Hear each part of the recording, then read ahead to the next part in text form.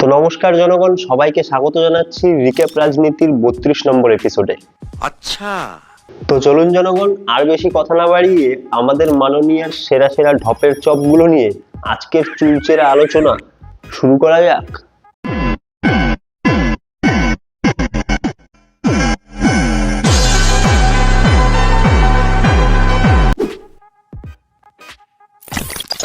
তো চলুন প্রথমেই আমরা একটু ইতিহাসে ফিরে যাই এবং MA, BEd, LLBর মতো তিনটে ডিগ্রিধারী আমাদের মাননীয়ার ইতিহাস নিয়ে এই যুগান্তকারী মন্তব্যটা শুনে নিই। আগে 12-13 বছরে বিয়ে দিয়ে দিত একটা 85 বছরের লোকের সাথে, ফলে সে যখন মারা যেত তখন ওই মেয়েটিকেও তার সাথে পুড়িয়ে দেওয়া হতো। এটা রোধ করেছিলেন ঈশ্বরচন্দ্র বিদ্যাসাগর মহাশয়। বিদ্যাসাগর নাকি সতীদাহ প্রথা রোধ করেছেন। তবে সে সময় রাজা রামমোহন রায় কি বর্ণপরিচয় লিখতেন? এটা রোধ করেছিলেন ঈশ্বরচন্দ্র বিদ্যাসাগর মহাশয়।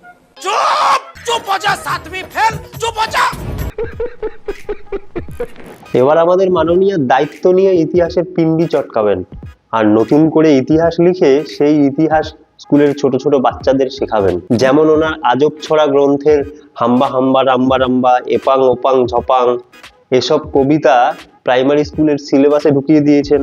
হাম্বা হাম্বা রাম্বা রাম্বা কাম্বা কাম্বা কে কে কু কু, দু একজন দুষ্টু গরু যারা হাম্বা হাম্বা রো রো করে। আমি মুজরো করি না, আমি কবি। আমি বিজেপিকে বারবার বলি, ওরে আমার সাথে খেলতে যাস না। আমার সাথে খেলতে গেলে আমি যে খেলাটা খেলবো সেই খেলায় তোমরা আমাকে ধরতেও পারবে না, ছুটতেও পারবে না, নাগালও পাবে না। সত্যি আমাদের মাননীয়ার সাথে খেলে কিন্তু কেউ পারবেন না, কারণ মনে রাখবেন উনি বাড়িতে 100 বার করে ফুটবলটাকে নাচান। আমি রোজ বাড়িতে অন্তত 100 বার ফুটবলটাকে আমি নাচাই। এই গত কিছুদিন আগে আমাদের মাননীয়া গেছিলেন তার কোচবিহার সফরে, আর সেখানে গিয়ে উনি কোচবিহারের মদনমোহন মন্দিরে ঢুকে উনি পুরো বাংলার জনগণকে শিখিয়েছেন যে ঠিক কিভাবে আসলে ঘন্টাটা বাজাতে হয়। মদন মোহন মন্দিরে পুজো দিচ্ছেন মুখ্যমন্ত্রী মমতা বন্দ্যোপাধ্যায়, সেই মুহূর্ত আপনাদের সঙ্গে তুলে ধরছি আমরা।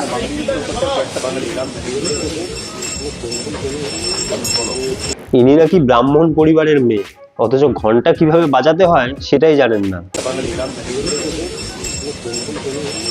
আমি আপনাদের সকলের কাছে আমার মাথা নত করে আমি এই ঘটনার জন্য ক্ষমা চাইছি। কখনো হিন্দু দেবদেবীর মন্ত্র ভুলভাল উচ্চারণ করছেন, কখনো বলছেন যে হিন্দু ধর্ম গন্ধা ধর্ম, জানবুঝকে এক গন্ধা ধর্ম।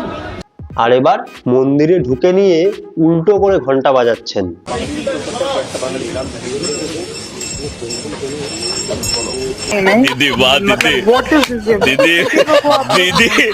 তা বলছি মাননীয়া, ঈদের দিন রেড রোডে বসে ইফতার করার সময় সেই হিজাবটা পরতে তো আর কোনো ভুলচুক হয় না?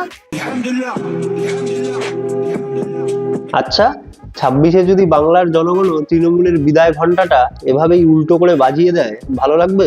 চ্যাংড়ামো হচ্ছে, এটা একটা বলবার মতো একটা লিমিট লাগবে।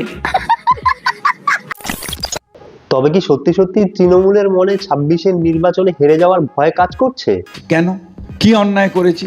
কারণ যে মমতা ব্যানার্জিকে কেউ একবার যদি ভুল করেও জিজ্ঞেস করে ফেলে, এই যে আপনি এত বছর ধরে ক্ষমতায় আছেন, জনগণের কি কি উন্নয়ন করেছেন একবার বলুন তো, তৎক্ষণাৎ উনি খেপে গিয়ে বলতেন, এই তুমি কে এসব জানার, তোমাকে আমি কৈফিয়ত কেন দেব, তুমি টাকা দিয়েছো, তোমাকে আমি কেন বলবো? আমি ভয় পাই না তো। আর আজ সেই তিনি 26-এর নির্বাচনের আগে এতটাই ভীত সন্ত্রস্ত হয়ে পড়েছে যে তাকে ঢাক ঢোল পিটিয়ে নিজেই জনগণের কাছে তার উন্নয়নের হিসাব তুলে ধরতে হচ্ছে। আর যার নাম দিয়েছে তারা উন্নয়নের পাঁচালী।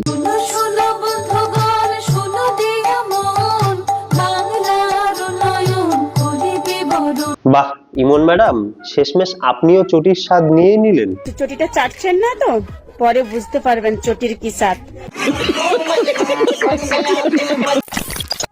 একদিকে উনি উন্নয়নের পাঁচালী শোনাচ্ছেন, আবার অন্যদিকে বলছেন কিনা উনি বাংলার মানুষকে দরিদ্র সীমার নিচে নামিয়ে দিয়েছেন। 2013 থেকে 2023 সালের মধ্যেই আমরা 1,72,00,000 মানুষকে দারিদ্র সীমার নিচে নিয়ে এসেছি। তা সে মুখ ফসকেই হোক, তবে সত্যিটা কিন্তু আর চাপা থাকলো না। কি বলেন মাননীয়া? 1,72,00,000 মানুষকে দারিদ্র সীমার নিচে নিয়ে এসেছি, 14 বছরে এই ওপরে নিয়ে এসেছি। চোর ধরা পড়েছে